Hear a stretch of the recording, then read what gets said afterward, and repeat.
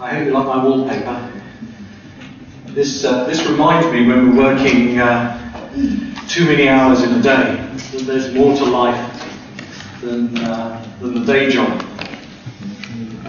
The story behind it is actually it's not about a sailboard. It's the fact that I was actually sitting with a beer in my hand on the back of a 34-foot yacht, bobbing up and down at the time I took the photo. Back to the real stuff. The business case for removing your perimeter. Or, as it probably should be subtitled, why retaining your hardened perimeter leaves you more vulnerable to the bad guys. And it's one of those strange things that when we started talking about this in 2002 now, 2002, 2003, most people said we were mad. And that you couldn't do this in a corporate environment. The more and more we've gone on, people have realised that actually what Jericho has been talking about for the last 3-4 years is not only quite sane, but actually is essential for the future of computing globally.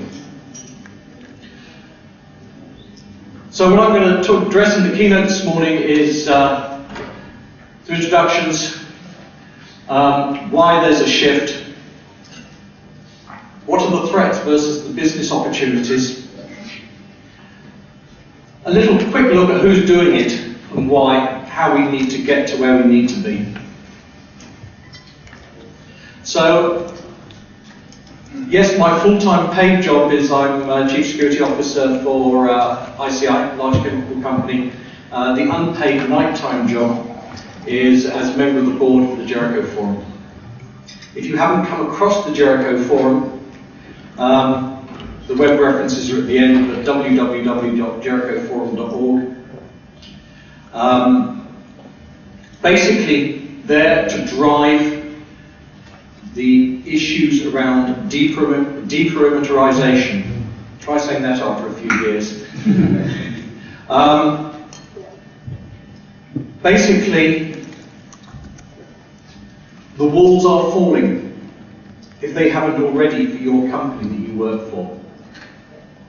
And what are we going to do about it? Because 4 years ago, as a Chief Security Officer, a number of us were sitting around after conferences like this one in the bar, complaining that all that came to our door, the salesmen were busy knocking on our doors day after day, trying to sell us bigger deep packet inspection firewalls. My deep packet inspection firewall goes bigger and deeper than his deep packet inspection firewall, and guess what? My deep packet inspection firewall will run at wire speed rather than his, who won't quite run at wire speed, and etc., etc., etc. And we got to the point that we were saying, yes, but that's not what our businesses want us to buy. That is not what our businesses are asking us to do. Everything that the Jericho Forum produces is open source. So you can go to the website, you can pull all the information, you can rebadge it, you can use it within your organisation. I know of one organisation who is not a Jericho Forum member, who took what we termed the 11 Commandments, how to design a secure, deperimeterized system. They took the 11 Commandments, which is on 2 sides of A4, and they have put it in the queue of every single developer they have.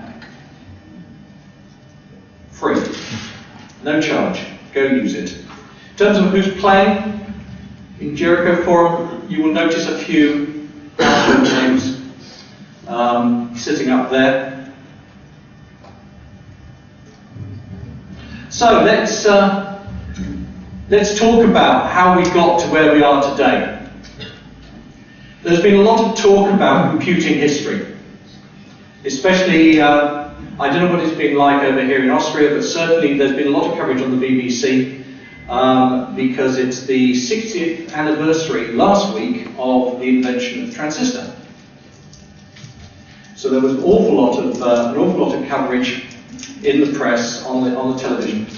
And obviously, if you saw the original transistor, which is about the size of my fist, And now we put how many million on a chip? Horrendous, isn't it? And of course they were interviewing Gordon Moore, and you know, we all know about Moore's law. But I'd like to give you an alternative history of computing this morning, starting from no connectivity to where we are today. So here we are. Here's my connectivity and my time axis. And here's where we started. So we had standalone computing. Hopefully some of you here are old enough to remember standalone computing, where we had the mainframe was God. That was it. We only had mainframes, and we had twisted wire connections to green screens, which just displayed good old ASCII characters, and that was it. So mainframes, minis, and then along came the PC. But the PC was essentially the same thing, except in a standalone box.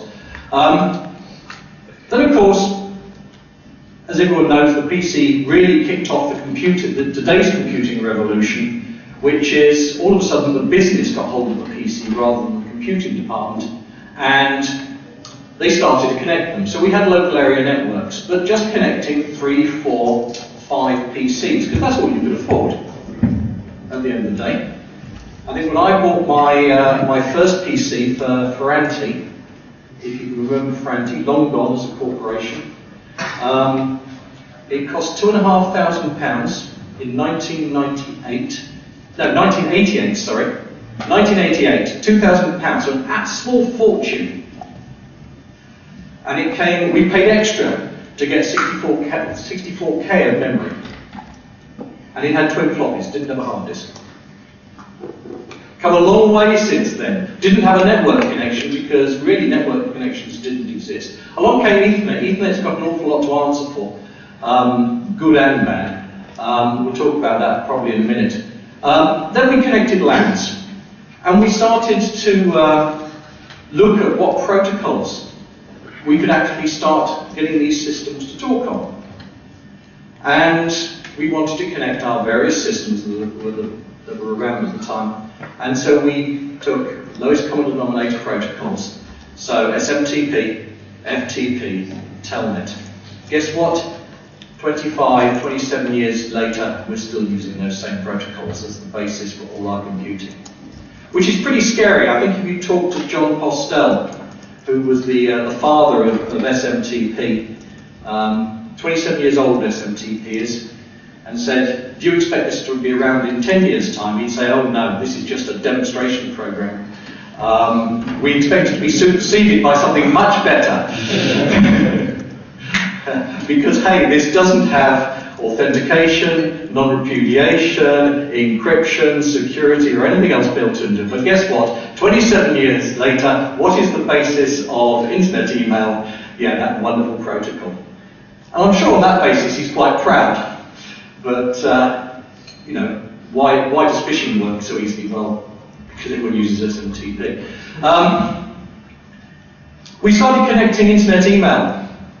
In 1992, I was working at a European organisation called JET, Joint European Tourists. We were mimicking what the sun does. So we had a little nuclear fusion reactor that went from cold to 150 million degrees centigrade in 10 seconds. Which is hot, because that's 2.5 times hotter than the centre of the sun. And scientists came to us and said, we want to collaborate with these other people, our other scientists around Europe. And we said, yeah, sure, okay, right, we'll sort of look at it for you. And we went and got an internet, I think a 32K internet pipe, which cost us an awful lot of money. And we gave them email. And that was fairly straightforward. And then, of course, what did they want? Well, they wanted Telnet. And they wanted to transfer these large files that they were generating out of every time they fired the reactor up, of all these experimental results to their colleagues around Europe. So we put in an FTP server for them. And then they said there's this new thing called the web. And we'd like to put up a web server so that we can share our results with the world, because it's a non-military open experiment. And we sort of looked at this. And we went, let's think about this. Experimental nuclear fusion reactor one end, the internet the other. Not a good idea. To cut a long story short, we popped up to CERN to see Tim Berners-Lee and said, look, this web thing that you're doing over here, how do we do it? So we put up a website and we put an experiment, we took some experimental software which later became Microsoft's web server, written by Edinburgh University. We didn't realise its heritage. And we put up a web server and yeah, we connected this experiment to nuclear fusion. We had to write our own firewalls. It didn't exist at the time. So Sun 5 and the TCP/IP toolkit were our original firewalls. So that's where we were. But then what happened? Business got hold of it, didn't it? So we had these external collaborations, these private collaborations going. We started putting lease lines in. And why? Because business saw the value of being able to communicate. Business started to see this fledgling digital economy. Business didn't understand that with that connectivity, just the same as connecting an experimental nuclear fusion reactor to the internet, there was risk. And I would argue that that's where the perimeter started to break down. The instant you started to make those external connections, that is where your perimeter started to break down. What do we have? Since then, external working, of course nowadays mainly VPN based.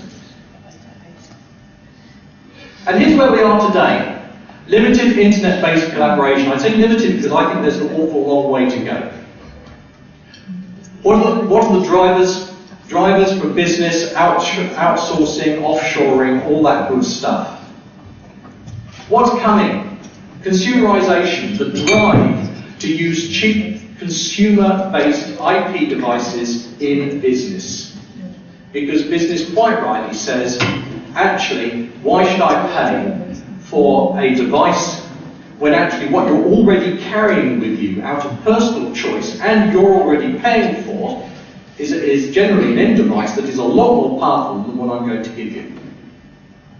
The days of you having a PC on your corporate desk that is way more powerful than anything you could afford at home has long gone. Most people have more computing power at home than they do on their office desk. What's coming? Full internet-based collaboration, very fast. Drivers, business to business, business to consumer, integration, flexibility, mergers and acquisitions. We're doing so many mergers and acquisitions today. ICI was bought a couple of weeks ago. So I shall be working for Axo Nobel come January the 2nd. That's a fact of life. In the last 2 years, we've sold 2 parts of our business off, and then we've been acquired ourselves. Yes, January the 2nd, we raised the challenge because we're selling off part of the ICI business as part of Axo Nobel. It's going to be sold off to Heinkel, and another bit is up for sale. So we're going to be doing 1 integration and 2 divestments next year. Should be interesting. It'll certainly keep my team busy. The reality is that that's business life for you. And the days of turning around and saying the business, actually it's going to take you a year to divest this business off because they're so tightly integrated into our network. It just isn't going to happen anymore. Business is not going to accept it. And ultimately, full deperimeterized working. Drivers, cost, flexibility, faster working, etc., etc., etc. So this is what you should be looking for in your businesses. The first key one is that actually your business legal border, your legal entity that is your business, bears no relationship anymore to where your electronic borders are. You have joint ventures, third parties, suppliers, all connecting to your network. All extending your network out into goodness knows where. You have people coming onto your... currently we're putting in an SAP system. So I have about 150 Accenture consultants sitting on my network. I have all sorts of other vendors who come in and sit on my network. People who connect to my network, the days of saying, this is my network, the only people who are connecting to it are full-time staff, went about 5 years back. If you talk to my friend Steve Whitlock at Boeing, who's the CSO at Boeing, he says, I now have more non-Boeing staff with accounts on my system than I do Boeing staff. That's the reality. The BBC, I was talking to the BBC the other night, the BBC, because of the way they make television programmes these days, have 4 times as many people on their network than they do actual BBC paid employees. Business demanding to directly interconnect to systems where business-to-business relationships exist. The day of saying we will only extend our network to you if we own 51% of the company are long gone. We expect good network connectivity. Distributed and shared applications, the amount of applications you now share to business partners, third parties, customers, goodness knows what. And then there's the applications that just bypass perimeter security. It's not only instant messaging that does a really good job of tunneling out of port 80. Business now writes them. We do business with Walmart. And Walmart have pushed a little protocol called AS2. Anyone using AS2 here? Couple. Yeah, absolutely. AS2 does a really good job of tunneling straight through port 80 to allow my ERP system inside what was once upon a time my crown jewels. Inside my system to tunnel straight out across to Walmart and connect to their ERP system. So what are the business requirements? Computing should work anywhere. That's what they expect. Operate under the Martini model. Remember the adverts? Anytime, any place, anywhere? Yeah, well it's any IP, anytime, anywhere. Martini model networking. It should be secure, it should be self-defending.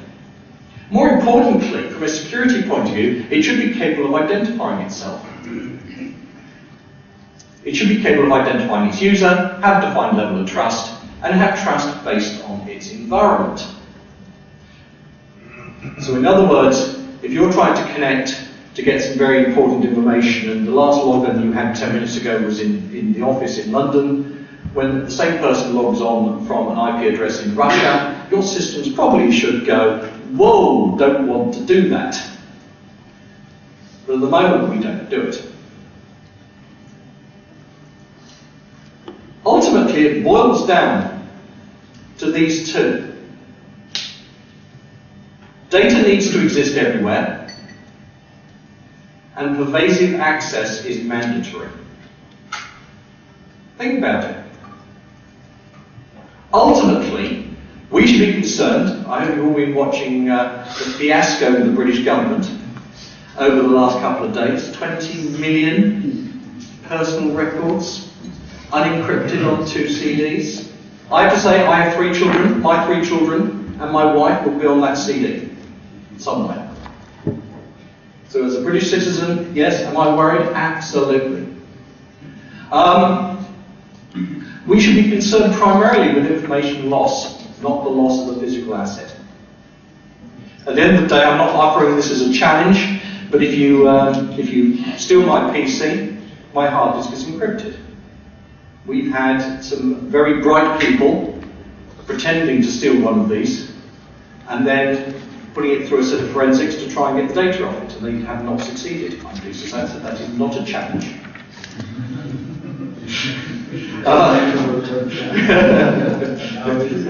No, if you can see it, notice the DEFCON sticker, think twice before connecting to this PC. But pervasive access is mandatory. Yeah? We should be worried about inappropriate access, not access itself. Access is a given in this day and age. As I said, if you want to go and get it, the Jericho Forum commandments, there are only 11 of them, 2 sides of A4. Jericho Forum website, take it, give it to your developers and say, follow these. We actually took voice over IP just as a total aside. I was doing the info security show in New York in September, and as a bit of fun, we took voice over IP and mapped it to the Jericho Forum commandments, and it failed on all 11 counts. It's horribly insecure, we all know that. But this is a great way of testing systems, implementations, protocols, whatever you like. So who's doing it? BP, number 1 on the London Stock Exchange, putting deperimeterization in practice. Currently, I'm told they have about 30,000 PCs who every single day connect to the raw internet as their main method of operating. If you walk into most BP offices in the world, you can connect your PC. Why? Because what they have on their desk is the internet. Not an intranet, not a BP LAN, it is the internet. So it doesn't matter whether their staff are connecting from home or connecting from the office, it's just the internet. ICI, set for big savings. We have, this is an old press release, we have signed a deal which is basically going to allow us to dump all our internet browsing locally off our LAN. Last thing if you look at your network, and I'm told I'm told we are a boringly normal corporate. 35% of your backbone WAN traffic is internet browsing. That's a fact, and that's pretty standard for every single corporation out there. And you'll find that 10% of that is Facebook, 10% of that is YouTube, and 5% of that is eBay. You wonder what your workers are really doing. But anyway, the reality is that if you can offload that off that very expensive WAN, you save yourself lots of money. So that's exactly what we're doing. Oh, and by the way, while we're doing that, we're extending the same security principles, because we're not throwing security away with letting them do that. We're actually giving them enhanced security for browsing the web, and we're extending that security so that when I'm sitting in a hotel with my PC connected, I get exactly the same security on my web browsing as I do when I'm in the office. So not only can't I go to playboy.com because it's a corporate PC, if I go to a malicious site accidentally, it will protect me incoming, and that will work whether I'm in-house or whether I'm in a hotel. And I don't have to VPN back into ICI to make that happen. KLM, anyone here from KLM or Air France? No? Okay. £2 million a year through laptop self-support. Remember what we were saying earlier about consumer devices? They're doing just that. They're going to remove their laptops off the network and give people allowances to buy their own. Why not? I need an in-computing device. I know best what actually I need to do my job every day. It might be that actually I don't do any kind of attachments, I don't do any kind of PowerPoint, all I do is receive text emails. So actually, I'm going to have a BlackBerry. It might be actually that 90% of what I do is Excel spreadsheets and PowerPoint and Word and everything else, and therefore I need a PC. But I know what I need to do my job properly, so give me a PC allowance instead. Exactly what KLM are doing.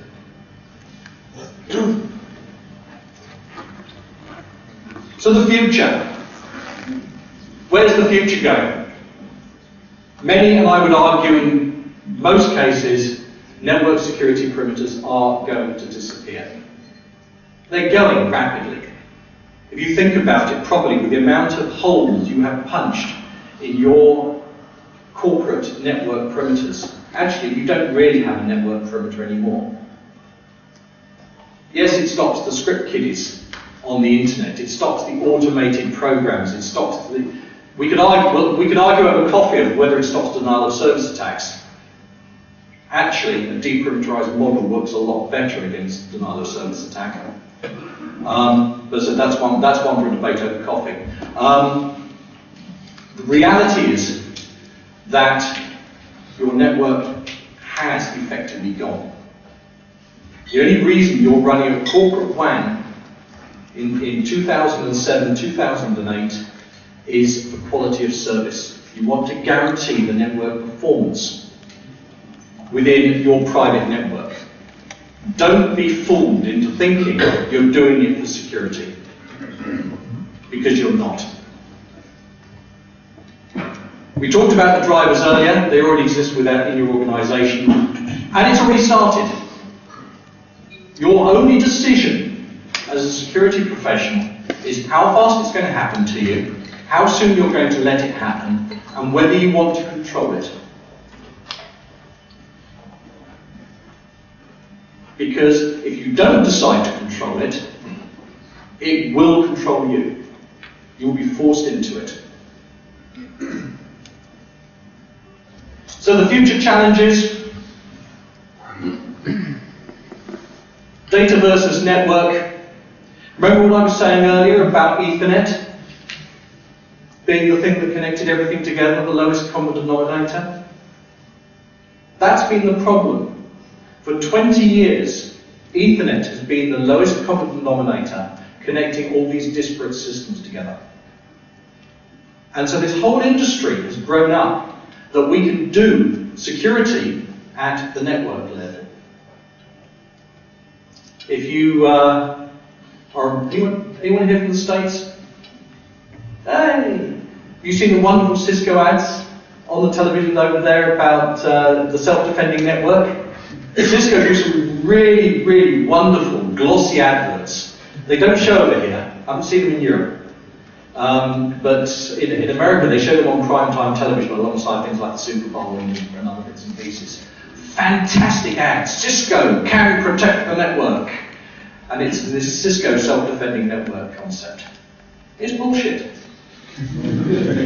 Great marketing, don't get me wrong. Fantastic marketing, it's wrong. Sure, you can get the network to give you better quality of service. Yes, you can keep the lumps out of the network so that the packets you want to get through better. Yes, you can put quality of service into your packets to make sure that your video and voice has priority over background replication for notes. Absolutely. But that isn't security. That's quality of service. Don't be fooled. The old adage of CIA, confidentiality, integrity, and availability. You know, again, another 20-year-old slogan that grew up because actually this was a very convenient acronym that spelt a three-letter American organisation. It doesn't actually bear any relevance to security. Confidentiality and integrity, yes, security. Availability, quality of service. If you want more availability, you pay more money for it. If you want more availability, you put in 2 circuits rather than 1. You put in redundant WAN links rather than 1. You put in triplicate. You triangulate your data centers. It's money you throw at the problem. It's all down to quality of service. Quality of service is something you pay for. Security is something you design in. Ad hoc relationships. Talking earlier about mergers and acquisitions. But relationships are shorter. More ad hoc relationships are becoming the norm. The company that you merged yesterday is being sold off tomorrow. And of course, collaborators, competitors, and enemies. Our networks contain people we trust. Absolutely. But the problem is that we collaborate in one area of a business with a direct competitor in another. So we do business, for example, with DuPont. And we have joint ventures and other bits and pieces. In other areas, we are direct competitors. Talk to the military works because they're talking about, obviously, collaboration, military collaborations going on in Iraq, in Afghanistan, and other bits and pieces. And of course, all the NATO collaborations. And if you think about it from a military point of view, in some places they've got Chinese and Russians sitting on the same command and control network as NATO soldiers. And so in one area they have to collaborate and share data, and in another area they're direct competitors. Look at the press about what the Chinese government are doing in terms of hacking at the moment, allegedly. We need to share. things with people we don't trust. That's the norm in tomorrow's world. So, here's the old site mindset versus the Jericho mindset. The old mindset was very much connections to the secure network. You terminate your VPN at your VPN concentrator at your border. Absolutely not. Connection straight to secure resources should be your new mindset. Connection level authentication, absolutely not. Protocol level authentication. We have to allow devices to talk inherently secure protocols from device to device, even from application to application. So it has no reliance whatsoever on the network or the intermediate steps that you might want to go through.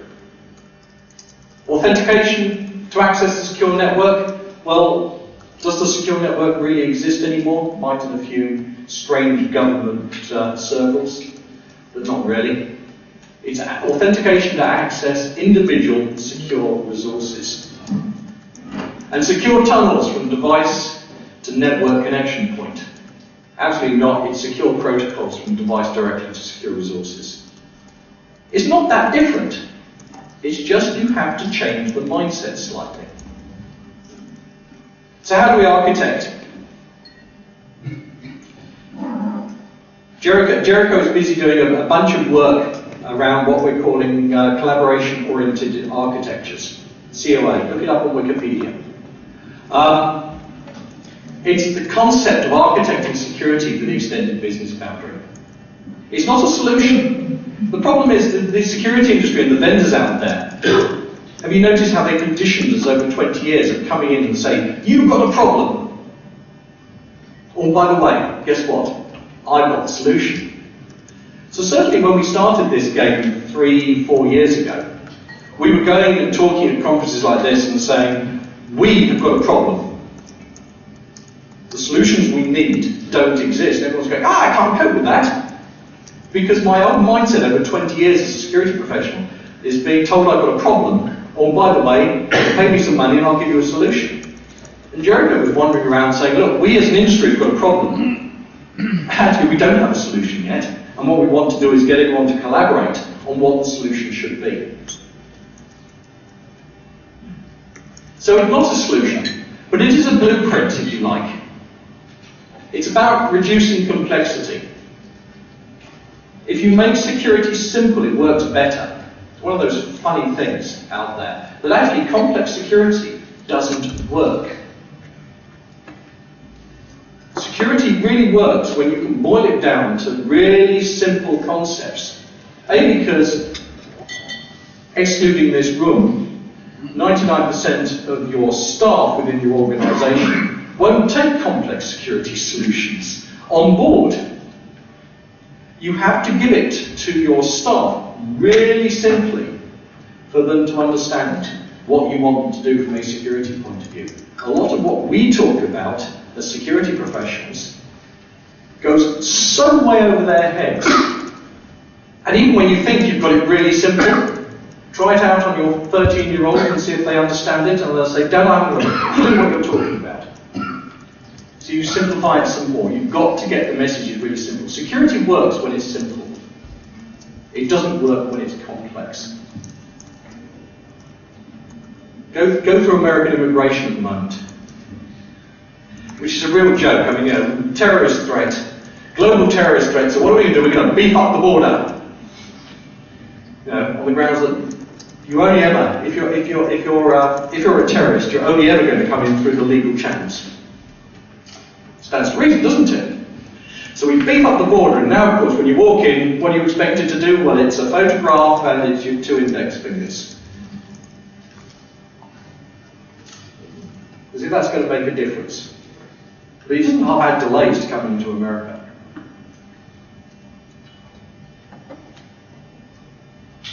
We've got to have business flexibility, we've got to have increased security, we've got to have multi-vendor outsourcing. This has got to work. This doesn't work. If you talk to our friends at Microsoft, Microsoft will tell you we are doing deperimeterization very openly.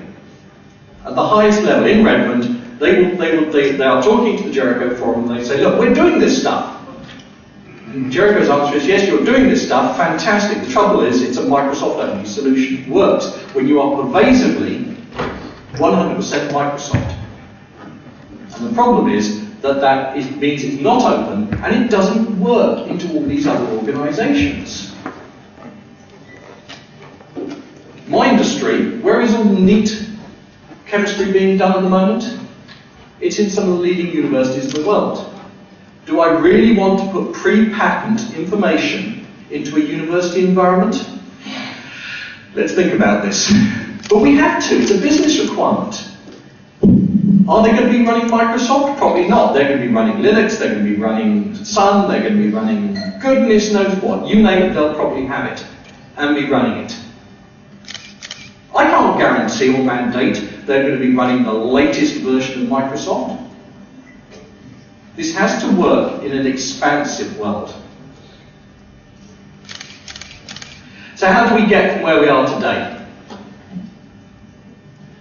First, everything you do as a security professional should be with the assumption that you do not have a secure network. How many people? We're putting a brand new SAP system in at the moment. And our SAP developers have come to us and said, we need to move some files. We'd like you to open up the front-end firewall to, guess what? FTP. And we sort of go, silly boys. Let's talk about this, shall we? Username, password, all data sent in clear. Not a good idea. Our standard response for people asking us for FTP is to tell them they can't have FTP, they can have TFTP instead. Why? Because what's worse than actually sending your username and password in clear? It's actually embedding that username and password in the operating system code for the next 20 years and never changing it. In the false assumption that somehow it's providing some kind of security. So start protecting the data. Put your data over PGP or even AES encrypted WinZip or whatever, and then use TFTP to actually do the transmission. Better still, use SFTP. There are lots of alternatives, but for God's sake, don't use FTP. Because it provides some kind of false sense of security. Because I need a username and password, it's providing some kind of security. It isn't. Base all your technology and design assumptions on this revised paradigm. Start using deproprietary solutions today. So we have web protection for the entire corporation designed as a deproprietary solution. It will work just as well on my laptop in a hotel as it will on my laptop inside my corporation behind my semi-secure perimeter. If you design them properly for tomorrow, they will work just as well inside your secure perimeter today. And ultimately, what you have to do is talk to your developers, because it's their mindsets you need to change. You need to get them to go to their vendors, their suppliers, and say, we're not accepting this unless this is secure. Because by the time it comes to you as a security professional, it's too late. They place the order. Generally. So there are problems, obviously there are risks. Get it wrong, you expose the business. Absolutely. Benefits, you get increased levels, you get real security. The risk is not doing it, you add more and more layers, more band-aids, more sticking plasters into your network until you get to the point where you have to say the only way we're going to make this patient well again is actually take them back, take all that bandage and band-aids and everything else, and actually go and fix the root cause of what's actually causing the problem to this patient. You end up with simpler, less complex security. You end up with huge amounts of cost or an inability to manage, and if you do it properly, it's cheaper to run and easier to manage. You get a business advantage, and more importantly, you get this, you get flexible and adaptable solutions, which is what your business is expecting you to supply. As I said before, 3 options for you. You can resist it, you can let it happen to you, or you can leverage the change for maximum advantage.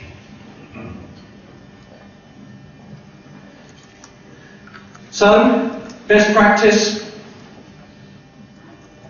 Some of the issues we still need to fix: pervasive authentication. And you need to authenticate people, systems, location, and companies. It's possible. My laptop, if I walk into a corporate office inside ICI, I lift the lid on the laptop and it connects on Wi-Fi. Nothing else. Lift the lid, type in the screensaver password, and it connects. Is it secure? Damn sure it's secure. Why? Because it's leveraging the user credentials and the machine credentials, and unless it has a valid pair, it won't fire up the tunnel. When they first showed it to me, I said, prove it. So they ran BBC Radio 2 streaming to my PC. And they went into Active Directory and they took the machine out of Active Directory. 3 seconds later, BBC Radio 2 stopped streaming. You can do a lot of this technology today, people just don't do it. Inherently secure systems, more importantly, inherently secure papers. There's a great Jericho paper on inherently secure protocols. I'd recommend you get it and read it. Background authentication at all stages. If you want to get your senior managers to hate you, get them to type in 16 passwords to access anything. You've got to do background authentication. It's got to happen transparently if the users are going to use it. Otherwise, what happens? They write those passwords and usernames down on little sticky yellow pieces of paper, which you can find underneath their keyboard. We all know it. We've all seen it. Why? Because what we're getting them to do is too difficult. And in closing, ultimately, it's up to us, everybody in this room. If we don't start doing this stuff, it isn't going to happen in the timescales that the business, our businesses, need it. We have to stop designing and accepting insecure solutions. You have to design your systems to operate without a firewall. You might still want to run a firewall. Jericho was misquoted in the early days. Jericho wants to get rid of the firewall. Not true. Jericho wants to make large deep packet inspection and perimeter firewalls redundant. Absolutely. Do you still need a firewall? Do I need a personal firewall on my Windows? Well, it's a Windows PC, so absolutely I need a personal firewall on my corporate PC. Do I need a firewall in front of my SAP system? Absolutely. It might be connecting to the internal network, but I don't trust my internal network. So I have a firewall between my internal network and my SAP system. And that says you're allowed to talk the essential SAP protocols through to these devices. Nothing else should be talking. And yes, we're going to find all those strange processes that they put in that are suddenly talking to our business. You know, the LPR printing, the SMT, they came to us with a wonderful request. They said, our systems need to talk email, just to be able to send email. So we said, fine, okay, that's okay. Tell us which ones. No, all of them. You have to be kidding. Tell us which is, we don't know. So just assume all of them. I said, we're not going to just assume all of them. You're going to tell us which ones so that we can put those allowances into the firewall. Do you need a firewall at the front end of your crown jewels? Absolutely, in today's industry. Do you need them everywhere else in your organisation? Probably not. Demand secure and authenticated protocols. Demand open standards. So support collaboration. If you can't join us because your corporation won't let you, at least go and steal with pride everything off the Jericho Forum network. It's open, it's free, it's secure. Take it, use it within your organizations. And beware of interesting insecure solutions. So finally, if you want to take the bulk of this keynote and the pretty picture, it's again available free for you to take and use within your organizations on the Jericho Forum website. Web references there, and with that I think we've got a couple of minutes for questions.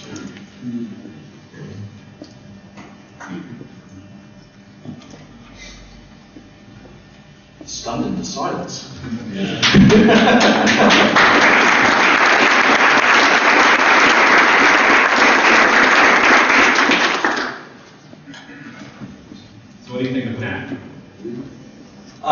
NAC is an interesting short-term solution that won't last more than a couple of years. What about anti-data leakage? Sorry? Anti-data leakage? Probably when it matures, it'll be a valuable technology.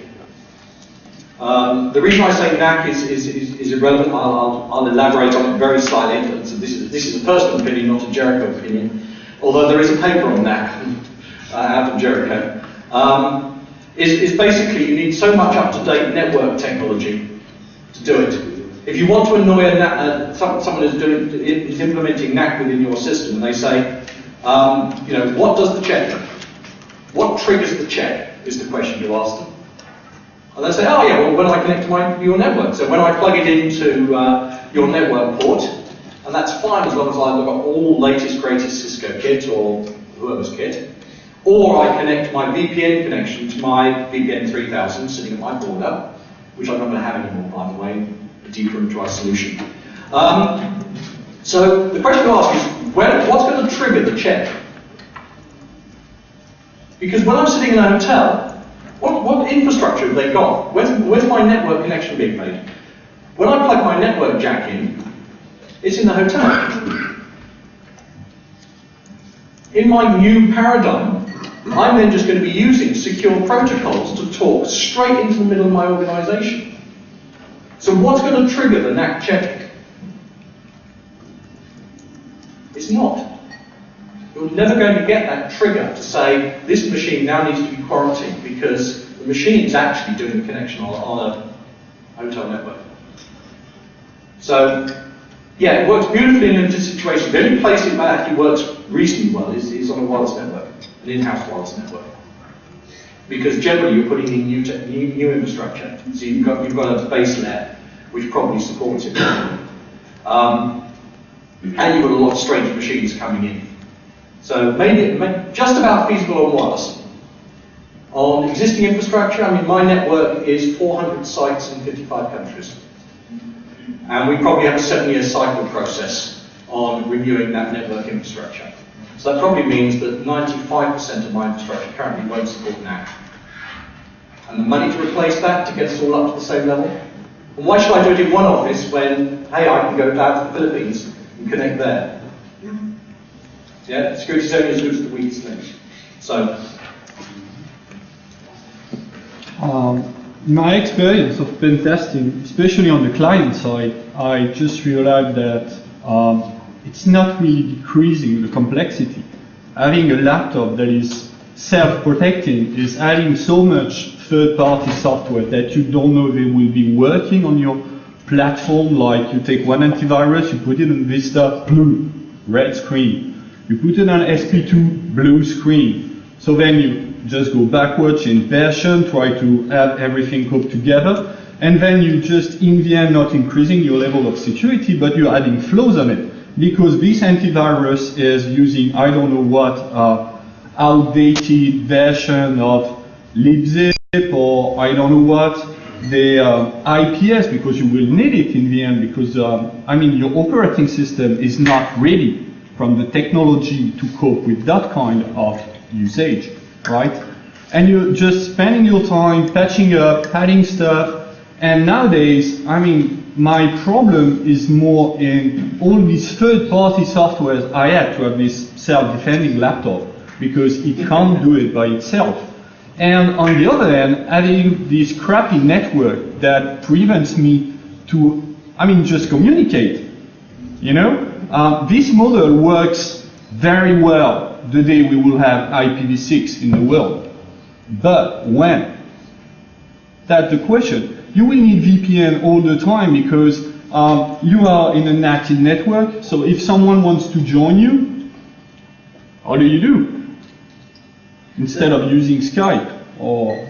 I would agree with you from the point of IPv6. I mean, I'm in an interesting position that we run 5 legal Class Bs. So actually, I can take my borders down tomorrow because we're already legally addressed on everywhere inside ICI. Absolutely, there is a problem with how you deal with natting. I will agree with you.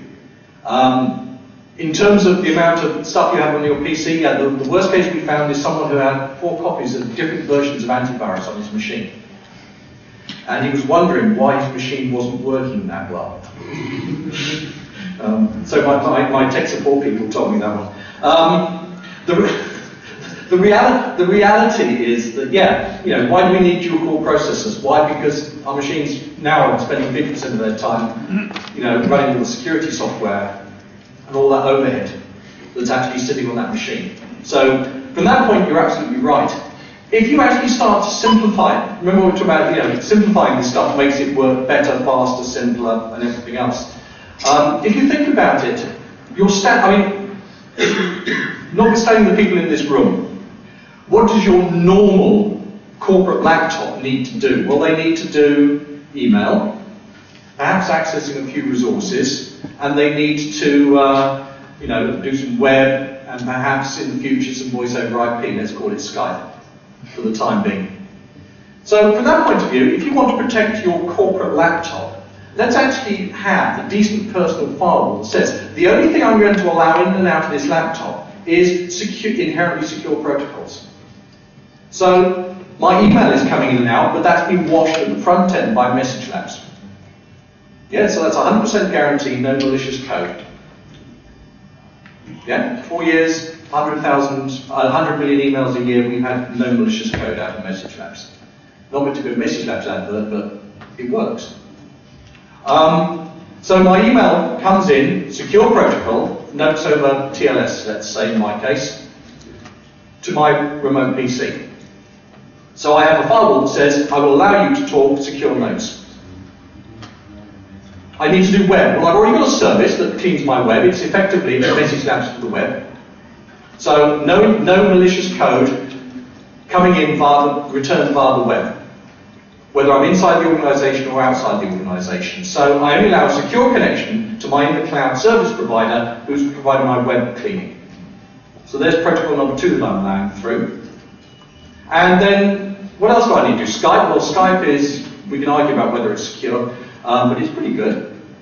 So secure voice over IP, let's call it, is my third protocol I'm going to allow through my tunnel. But that's going to take 95% of what my users need to do. Anything else they need to do, I can probably front-end screen scrape onto an HTTPS service for them via the web. So now I've got 3 secure protocols running through my firewall, and that's it. How is anything malicious going to get into my PC? So basically, if I understand the way it works, is you've been replacing a VPN, an IP-based VPN tunnel to an application-level VPN tunnel to someone. So you have some kind of per application VPN tunnel to someone. And my question is, what if it doesn't work? Because now the problem of people is, I can't fire up my VPN connection on the network I'm in, and you have the same problem, right? If you can't able to, like fire up your TLS connection to your web washing system, then you have no web. Correct, absolutely, and which is why you need open and secure protocols. Because unless you operate with a set of standards that we all agree to, we're into this great fun at the moment, something we have with IPsec, which is every person's version of IPsec, from AT&T to Cisco to Checkpoint, is very slightly different. It doesn't work through people's firewalls and security on bits and pieces. So we have to agree some basic open protocols that everyone is going to use, which is half of what Jericho's around to drive some of these. But anyway, I've been given the red sign, so thank you very much indeed.